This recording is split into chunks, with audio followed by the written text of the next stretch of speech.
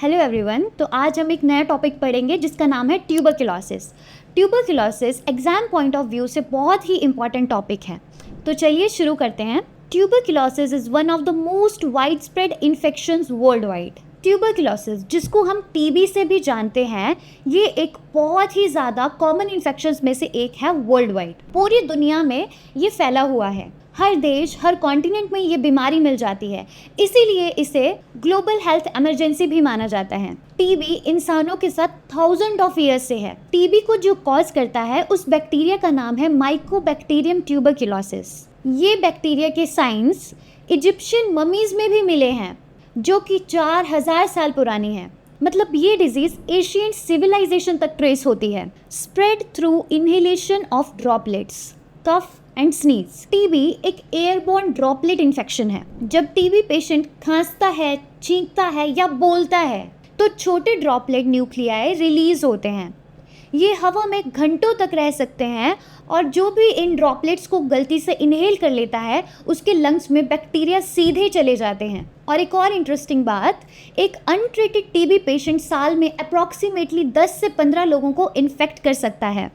इसी वजह से टीबी को सोशल डिजीज भी कहा जाता है। Next, chronic bacterial disease Mycobacterium tuberculosis.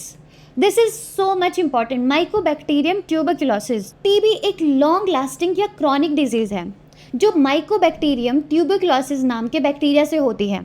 ये बैक्टीरिया एक एसिड फास्ट बैसिलस है जिसको एसिड अल्कोहल से वॉश करने पर भी स्टेन नहीं निकलता है। और एक और question exam point of view से यहाँ पे इंपॉर्टेंट बनता है, एमसीक्यूज या 1 मार्क क्वेश्चन में आ सकता है, माइकोबैक्टीरियम ट्यूबरक्लोसिस डिस्कवर किसने किया था। Mycobacterium tuberculosis was discovered by Robert Koch. Robert Koch ने इसको डिस्कवर किया था इन 1882 में, इसलिए इसे कोच बैसिलस भी कहा जाता है। TB bacteria can remain dormant in the body without causing illness but pose a risk once they become active.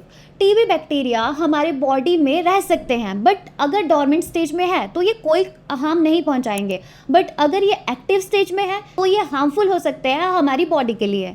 Next, characterized by granulomas and weight loss. TB में बॉडी बैक्टीरिया को control करने के लिए ग्रैनुलोमास या ट्यूबिकल्स भी उसे बोलते हैं, वो बनती है। ये एक स्पेशल इम्यून स्ट्रक्चर है जो बैक्टीरिया को कवर करके उसको बंद कर देता है।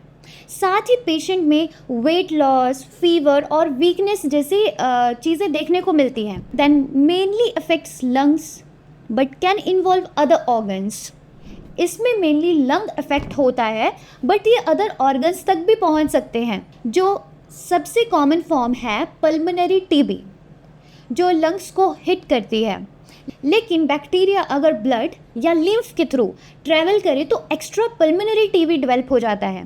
इसमें मेनिंजेस, टीबी मेनिंजाइटिस, स्पाइन जिसको हम पॉट्स डिजीज़ भी बोलते हैं, लिम्फ नोड्स, किडनी और इवन स्किन भी इन्वॉल्व हो सकती है। नेक्स्ट हम पढ़ते हैं second leading cause of infectious death after HIV AIDS. HIV AIDS के बाद टीबी सबसे ज़्यादा डेथ कॉज करता है।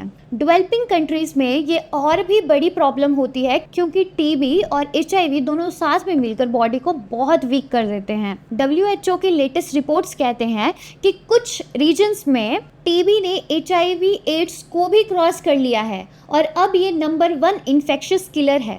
तो ये थी हमारी एक जनरल इंट्रोडक्शन अबाउट टीबी। हम टीबी के बारे में आगे डिटेल में स्टडी करेंगे, तो इसकी मैं एक पूरी प्लेलिस्ट बनाऊंगी। तो अगर आपको मेरी ये वाली वीडियो अच्छी लगी हो तो please like, share and subscribe करें। Thank you.